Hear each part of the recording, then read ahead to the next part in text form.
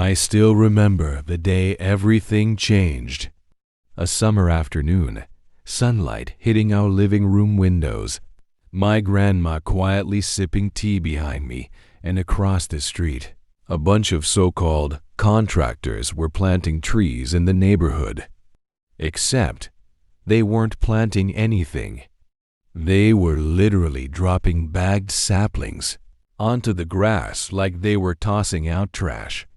And in that moment, something inside my mom snapped a fire I had never seen before, a rage that would eventually bring down an entire corrupt HOA from the inside. A neighborhood scam that had been running for years was about to meet the wrong mother. If you've ever been underestimated, if someone has ever taken your kindness for weakness, if you've ever wished you could crush someone who thought they could walk all over you, then hit that like button, subscribe, and buckle in. Because this isn't just revenge. This is slow burn justice served by a mom who refused to be scammed ever again. I grew up hearing this story so many times that the scenes feel like old photographs in my head. But this time, I want to tell it exactly how it felt through my eyes as a kid, watching my mother turn into an absolute force of nature. Back then, our neighborhood looked peaceful. Clean streets, small houses lined up neatly, kids riding bikes, the familiar hum of lawnmowers on weekends. And somewhere among all of that hidden, behind friendly waves and forced smiles was an HOA that everyone assumed was legitimate. Everyone except my grandma. But we'll get to her in a minute. When my parents first moved in, my older sibling was barely 2 years old, and I was small enough to be carried around like a glowing little worm, wrapped in blankets. Life was simple, messy diapers, sleepless nights, microwave dinners, paying bills on time, and trying to hold life together. Like many new homeowners, my parents signed whatever seemed normal. HOA fees? Sure. Neighborhood maintenance? Sounds fine. Snow clearing? Trash pickup? Okay, at the time, my parents weren't thinking about scams. They were thinking about surviving parenthood. My mom always says, sometimes you're so busy keeping your kids alive that you don't realize someone's picking your pockets. My mom told me years later that she didn't question a thing in the beginning because the HOA acted like they were actually doing something. In winter, she'd see snowplows clearing the street. In summer, she'd see garbage trucks roll by. She assumed the HOA hired them. Reality? The city did, but the HOA took credit for it. Nobody questioned it because nobody wanted the hassle. And honestly, no one had the time, especially not a working mother with a toddler and a newborn. And then the trees came. It was the middle of summer, the kind of day where the air feels heavy and the heat sticks to your skin. My grandma was visiting my dad's mom, a quiet, observant woman with deep lines on her face from smiling in the sun too much. She was a master gardener, certified and proud of it. She could look at a plant and instantly tell you what it needed.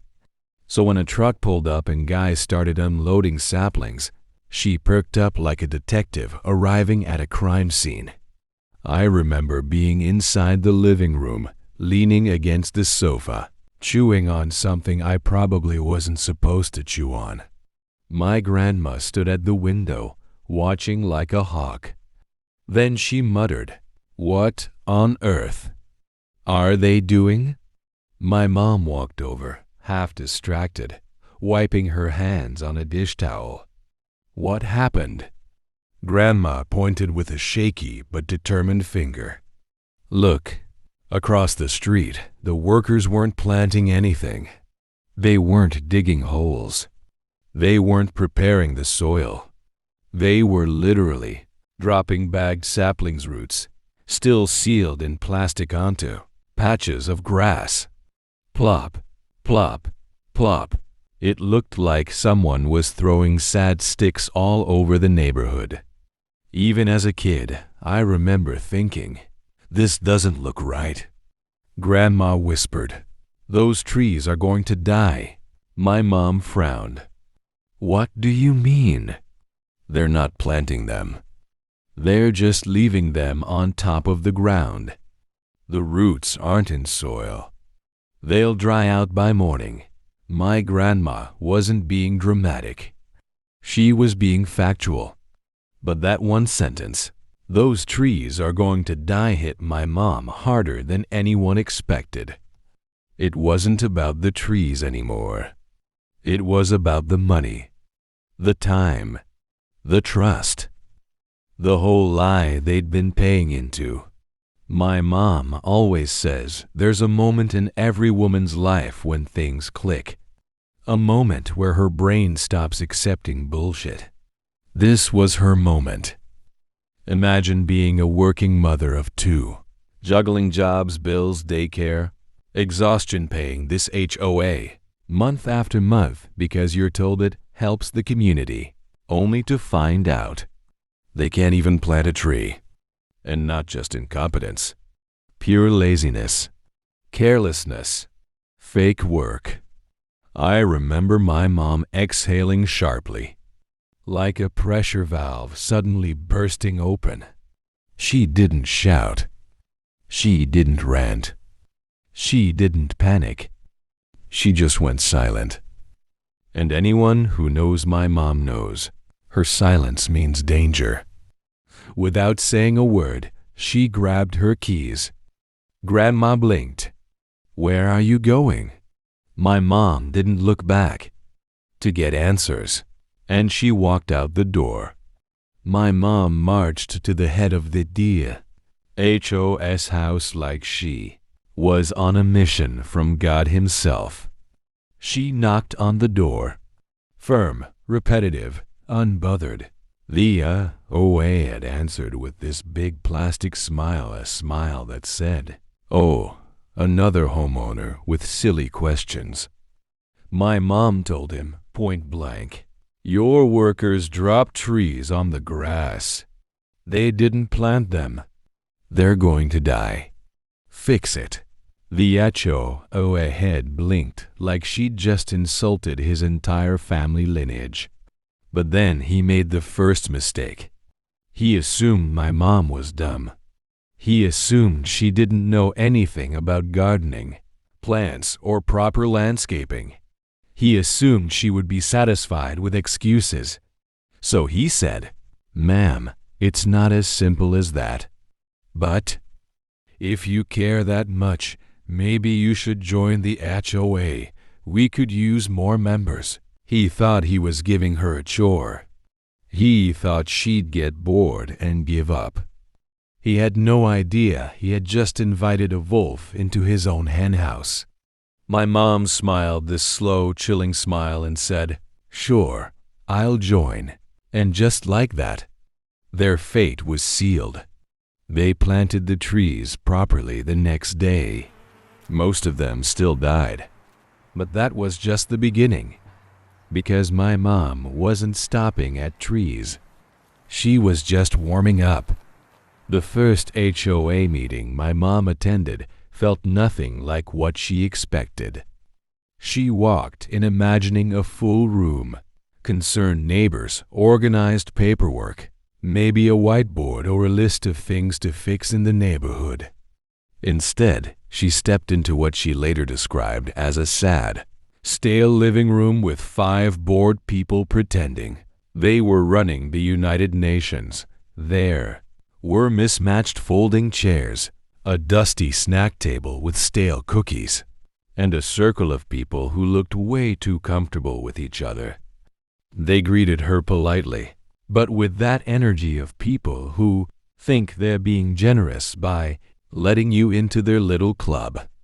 Mom sat down, nodded, smiled, but inside she was studying everyone. The head of the HOA, the sane man she confronted about the trees, acted like the king of this tiny kingdom.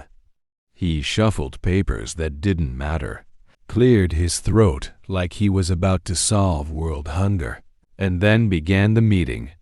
But the first shock came within minutes. None of them were actually paying HOA fees. My mom had been paying monthly. So had dozens of families. Yet the people running it, they weren't paying a single cent. They sat there, treating themselves like royalty while using everyone else's money. It wasn't just arrogance. It was entitlement. And it made her blood burn. As the meeting dragged on, she noticed another pattern. Every contractor they hired was a family member of someone in the room. Landscaping was handled by the head of the HOA's nephew. Repairs were handled by a cousin. Tree planting had been done by the head's son. They weren't paid through the HOA because, apparently, it was all volunteer work, but the homeowners didn't know that. Homeowners believed they were paying for real labor, real services, real maintenance. Mom realized something even uglier. The HOA wasn't just useless. It was performative. They wanted to look like they were running a responsible, structured organization. But behind the curtain, they were barely doing anything at all. And the whole time, people like my mom were paying them like a fake subscription service. Even worse, some of the members acted like joining the HOA made them special higher status, more important, above the people who actually paid them. Mom watched the way they talked, down about certain neighbors, the families with less money, the Latino families, people who didn't speak English well. It wasn't just corruption. It was disrespect. That night, when she came home, my mom didn't rant or scream. She just sat at the kitchen table long after dinner, staring at a blank notepad. Every few minutes, she would write something down, scratch it out, write something else. My dad noticed. He put down his fork and asked what was wrong. She told him everything, how the HOA didn't do any of the work they claimed, how they weren't even paying fees themselves, how all the services were actually done by the city anyway. Dad listened quietly, shaking his head slowly as she spoke, like each detail made the situation worse than he expected. When she finished, he sighed and said one sentence, "So, we're just giving them money?" That was the second time something inside her snapped. Because it wasn't just her giving them money. It was hundreds of families. Immigrant families. Elderly families. Single parents. People barely making ends meet. People paying because they trusted the HOA to do their job. People who didn't think they had the voice to question anything. The next day, my mom arrived at the HOA's storage room. Well, storage room was a generous term. It was a dusty garage filled with boxes stacked crookedly, half-labeled folders, old printer paper, and receipts stuffed inside envelopes like trash. She rolled up her sleeves, placed me in a stroller, and started digging. My memory of those days is hazy. I was just a little kid, but she always tells me how I would sit beside her, eating snacks, watching her flip through years of documents. It took days before she found the first real bombshell. The HOA wasn't even authorized to operate in our neighborhood. Their jurisdiction belonged to a completely different area. They weren't just lazy. They weren't just pocketing money. They weren't even supposed to exist here. They had created this whole illusion of authority, and everyone had believed it. Mom sat back in her chair and stared at the papers, feeling something building inside her: anger, disbelief, and a fierce protective instinct. She kept thinking of the families in the neighborhood, especially the ones who didn't know the system well, the ones who'd been intimidated by HOA letters and warnings, the ones who thought they had no choice but to pay. She thought about people working double shifts, paying bills late, budgeting tightly, and still handing money to a group that wasn't even allowed to collect it. That was the moment she decided this wasn't going to be a complaint. This was going to be a takedown. Over the next weeks, she kept returning to the paperwork, slowly uncovering more inconsistencies, payments that didn't match, expenses that were made up, maintenance fees with no proof of maintenance, tree planting budgets that were absurdly inflated, and old notes from meetings that were clearly written to justify collecting more money. She realized the HOA wasn't just sloppy. It was deliberate. They were banking on the neighborhood being too tired, too busy, too overwhelmed, too trusting to ask questions. And honestly, they were right until my mother joined. She didn't tell the HOA what she found. She acted polite during meetings, listened quietly, asked small questions that made her look curious but clueless. But inside, she was building a case. Outside, she was calm. Inside, she was preparing for war. Because she wasn't just planning to expose them. She was planning to wipe them out so thoroughly that no HOA would ever dare step foot in our neighborhood again. Once my mom understood just how deep the rot went inside the HOA, she knew keeping the truth to herself wasn't enough. She needed the entire neighborhood to see what she saw. But she also knew that information alone wouldn't be enough. People needed to understand it clearly. Most of the families in our area were busy, tired, and juggling life just like we were. Some struggled with English, some worked multiple jobs, and some had already given up on the idea of fighting anything. Mom understood all of that. She grew up around working people. She knew what exhaustion looked like. She knew what fear looked like, the fear of paperwork, the fear of authority, the fear of getting involved in something that might hurt you later. So she made a plan that no one expected. She would take the truth straight to their front doors. Before she began, she spent a few nights at the kitchen table turning her findings into simple explanations. No legal jargon, no complicated language, just straightforward facts.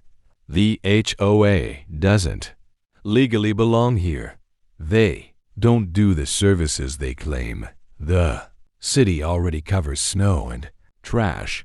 You don't have to pay them anymore. She wrote all of this in English first, then translated it into Spanish, because she refused to let language be a barrier for anyone. She reached out to a bilingual friend to double-check everything, determined not to make a single mistake. Then she printed dozens of pamphlets, thin sheets of truth that would eventually set the whole neighborhood on fire.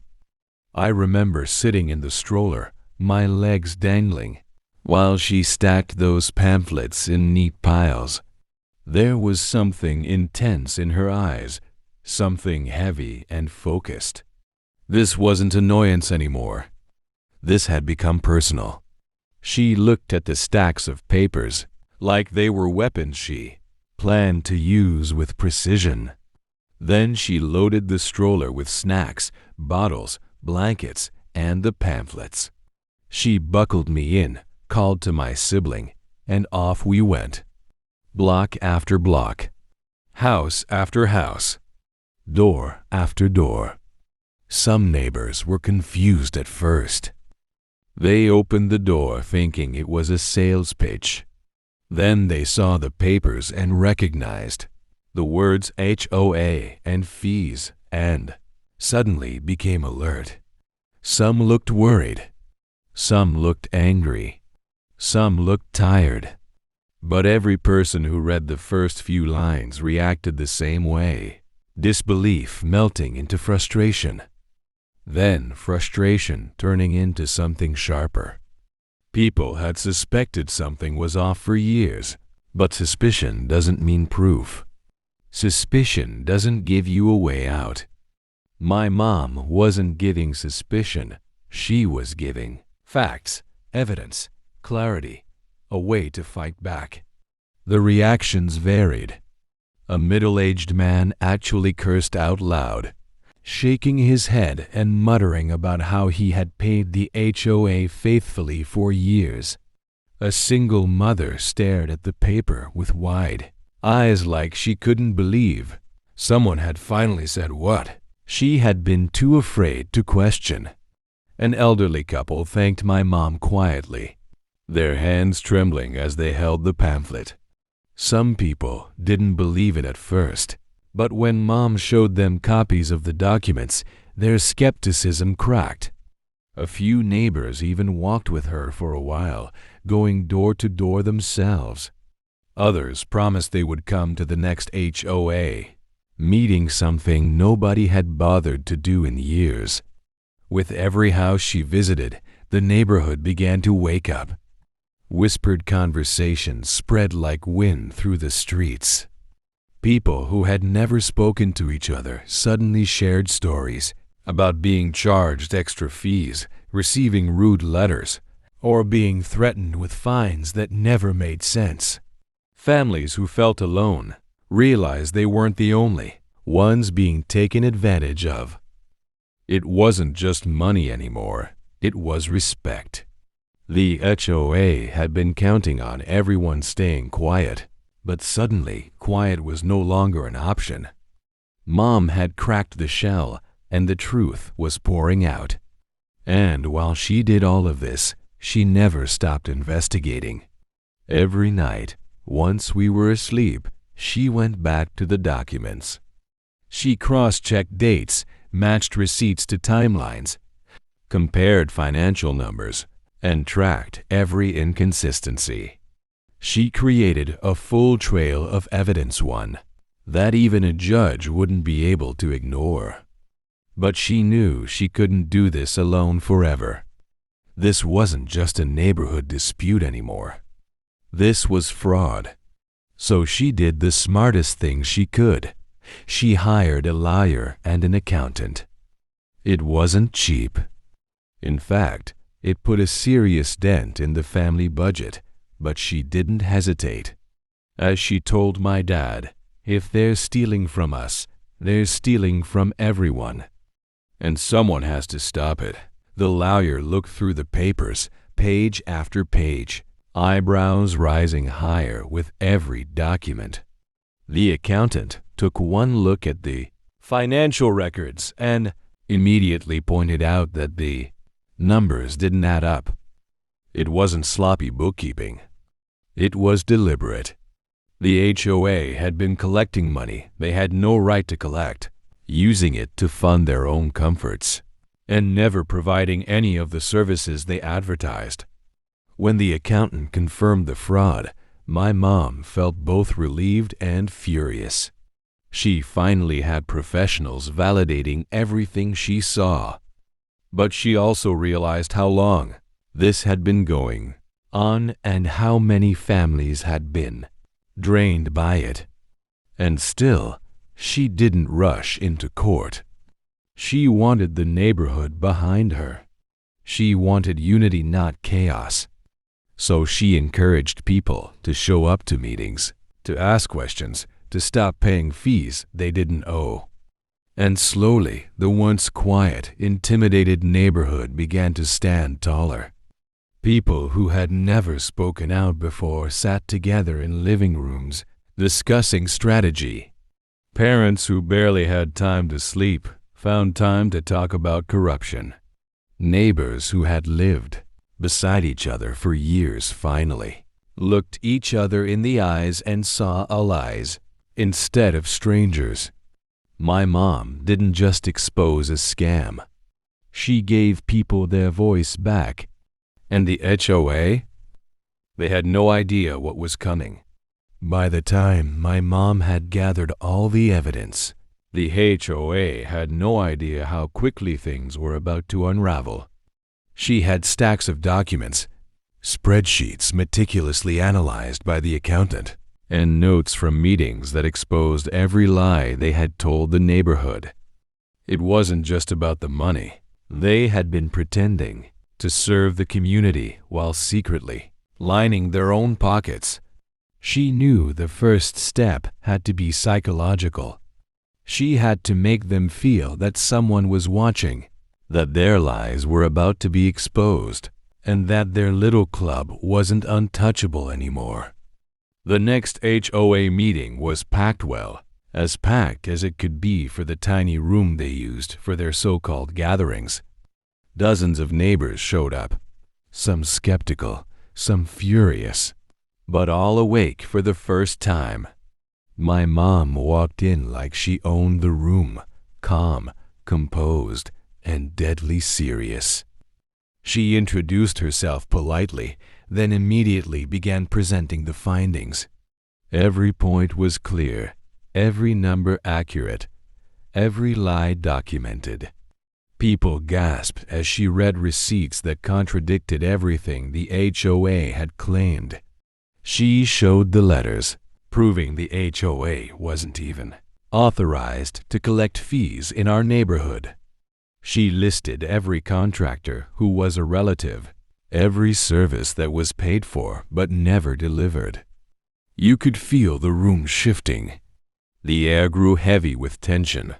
For the first time, the HOA members weren't smiling. They weren't pretending. They were cornered. Some of them tried to interrupt, tried to downplay it, but my mom wouldn't allow it. She had the evidence, the crowd, and the momentum. She asked the neighbors to voice their experiences, and one by one, people started telling their stories, fines that made no sense, charges for non-existent services, threats when they questioned fees. The collective frustration exploded into anger. The HOA members were visibly sweating, scrambling to defend themselves, realizing too late that they had underestimated a working mother armed with facts, persistence, and community support. After the meeting, my mom didn't stop. She coordinated with her lawyer to prepare the legal case, filing the necessary documents to have the HOA declared illegitimate.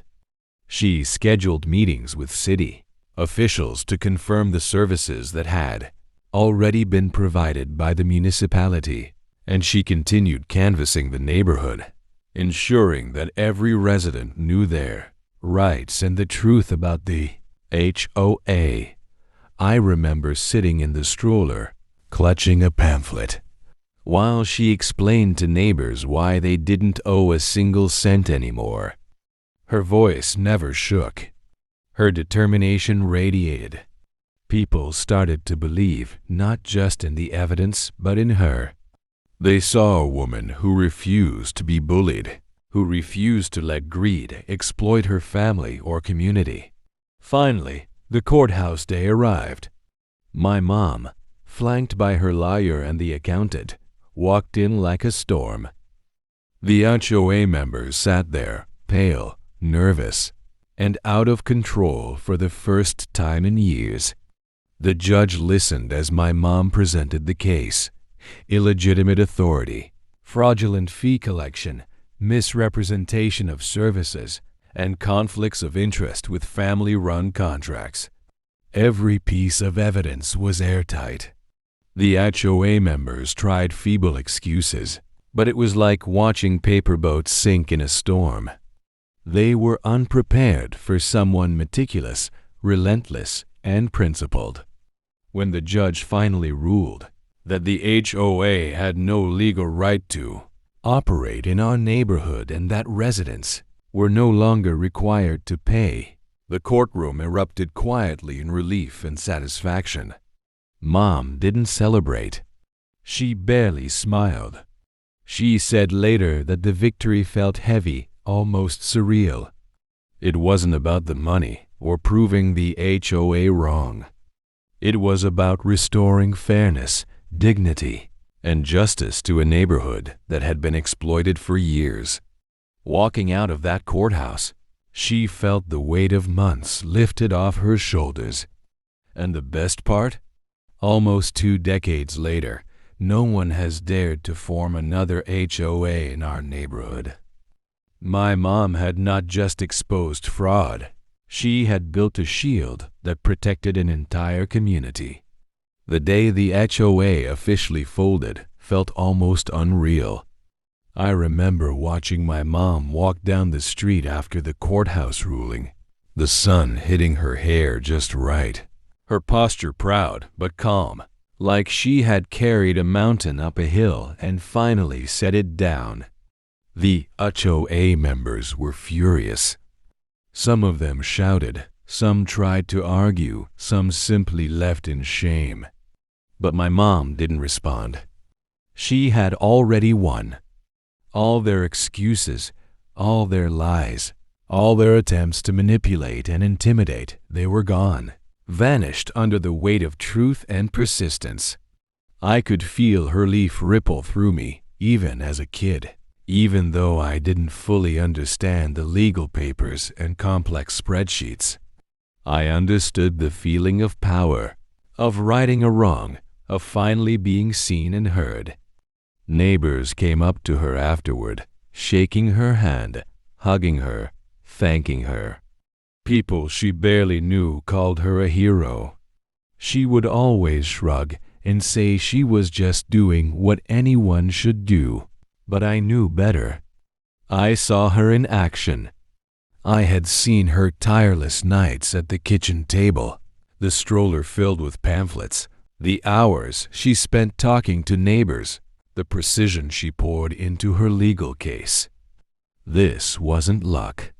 This was courage, intelligence, and sheer determination. The HOA thought they could run the neighborhood with their fake smiles and borrowed authority. But my mom proved that someone who refuses to accept injustice can topple even the most entrenched corruption. Later, as we walked home, the streets seemed different. The neighborhood felt lighter, almost alive. People smiled at each other more openly. There was a sense of community that had been dormant for years. A trust restored because someone had dared to fight. And even years later, no one has attempted to form another HOA in our area.